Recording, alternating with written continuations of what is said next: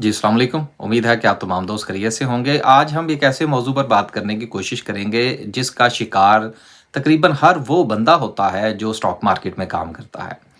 Stock market में काम करते हैं और हमारा शेयर जो है हमने बाय किया, बाय करने के बाद वो 2%, 5%, 10% कह लीजिए जी, 12% कह लीजिए, वो नीचे गिर जाता है।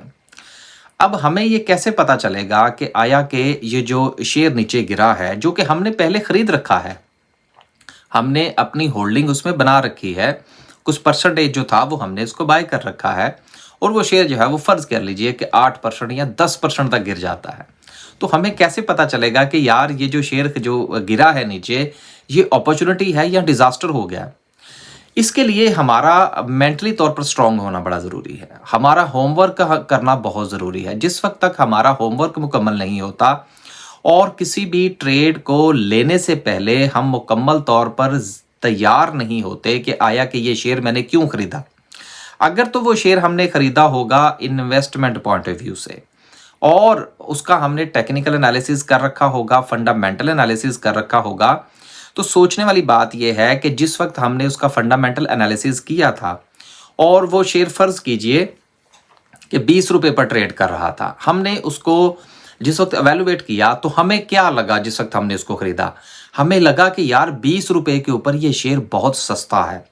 और ये शेयर जो है यहाँ से बेहतर परफ़ॉर्मेंस दे सकता है, इसका आउटपुट बहुत अच्छा होगा और आने वाला इसका फ्यूचर जो है वो भी ब्राइट है, मुझे डिविडेंड भी ये अच्छा पे करेगा। लिहाज़ा हमने उस शेयर को 20 रुपए पर खरीद लिया।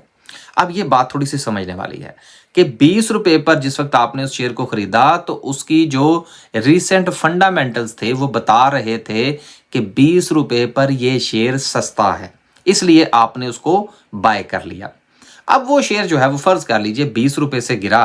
और गिरने के बाद वो शेयर जो है वो 17 रुपए पर आ गया। अब 3 रुपए वो शेयर जो है वो गिर चुका है। अब in the form of percentage देखेंगे तो यकीनन आप परेशानी का शिकार होंगे कि यार ये तो शेयर बहुत ज़्यादा गिर गया।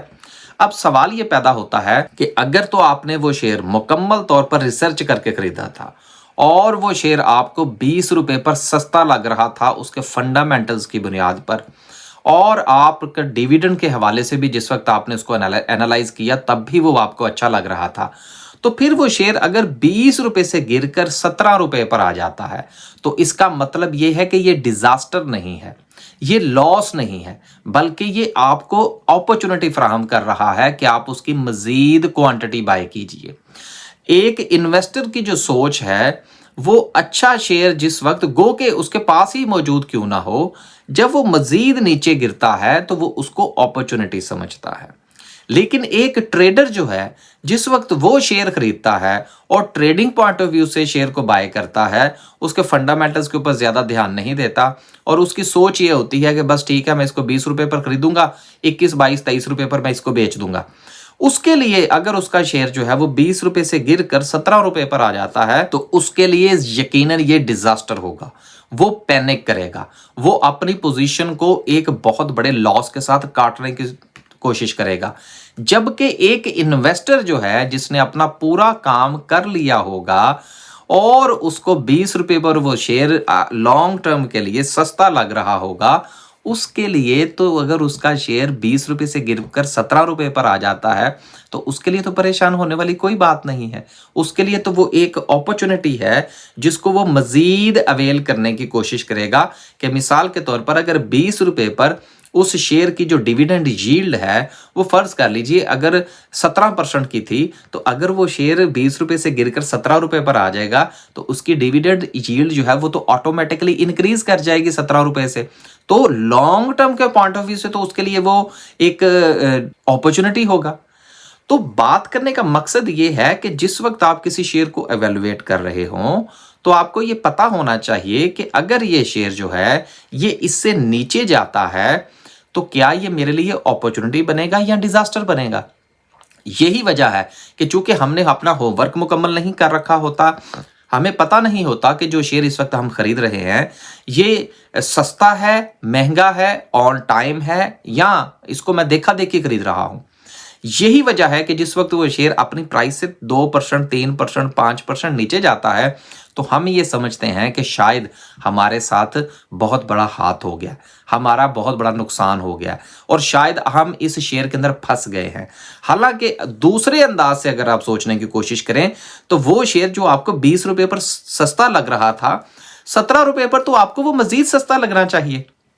आपको उसको मजीद बाय करना चाहिए, ताकि जो लॉन्ग टर्म की आपकी एक स्ट्रेटेजी है जिससे आप उसको डिविडेंड पॉइंट ऑफ व्यू से खरीद रहे हैं, इन्वेस्टमेंट पॉइंट ऑफ व्यू से खरीद रहे हैं, तो वो तो आपके लिए एक अपॉर्चुनिटी बनना चाहिए।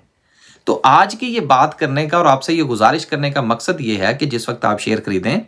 आप शेयर के हवाले से मुकम्मल तौर पर ज़हनी तौर पर तैयार हों कि आया कि ये शेयर आपने क्यों खरीदा है। तो यकीनन जिस वक्त आपका होमवर्क मुकम्मल होगा, शेयर के हवाले से आपने अपनी राय बना रखी होगी, तो आपका शेयर अगर नीचे जाएगा तो आप पैनिक नहीं होंगे, बल्कि आप खुश होंगे कि शेयर जो है वो आपको मज़ीद बाइंग का मौका फराहम कर रहा है। तो उम्मीद है कि आज की ये वीडियो देखने के बाद जो दोस्त अहबाब इन्वेस्टमेंट पॉइंट ऑफ व्यू से स्टॉक मार्केट पे आते हैं और जब उनका शेयर गिरता है तो वो परेशान हो जाते हैं, उनको इस हवाले से थोड़ा सा समझने का मौका मिलेगा और अपना माइंड मेकिंग करने के हवाले से उनको ये वीडियो जो है ये मदद फराहम करेगी कि आपने पैनिक नहीं होना। पैनिक वो लोग होते हैं जो शेयर को किसी एक लिमिटेड टाइम के लिए खरीदते हैं या ट्रेडिंग पॉइंट ऑफ व्यू से खरीदते हैं, या उनको पता ही नहीं होता कि उन्होंने शेयर क्यों खरीदा है। अगर आपको पता है, आपका होमवर्क मुकम्मल है, तो लॉस नहीं है, वो अपॉर्चुनिटी होगा। फीडबैक जरूर दीजिएगा कि आया कि इस वीडियो को देखने के बाद आपके पास जो लॉन्ग टर्म के शेयर्स हैं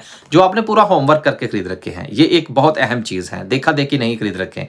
उनके हवाले से जिस वक्त आप डिसीजन करेंगे तो क्या ये स्ट्रैटेजी जो है ये आपको कोई सहूलत फराहम करती है या नहीं।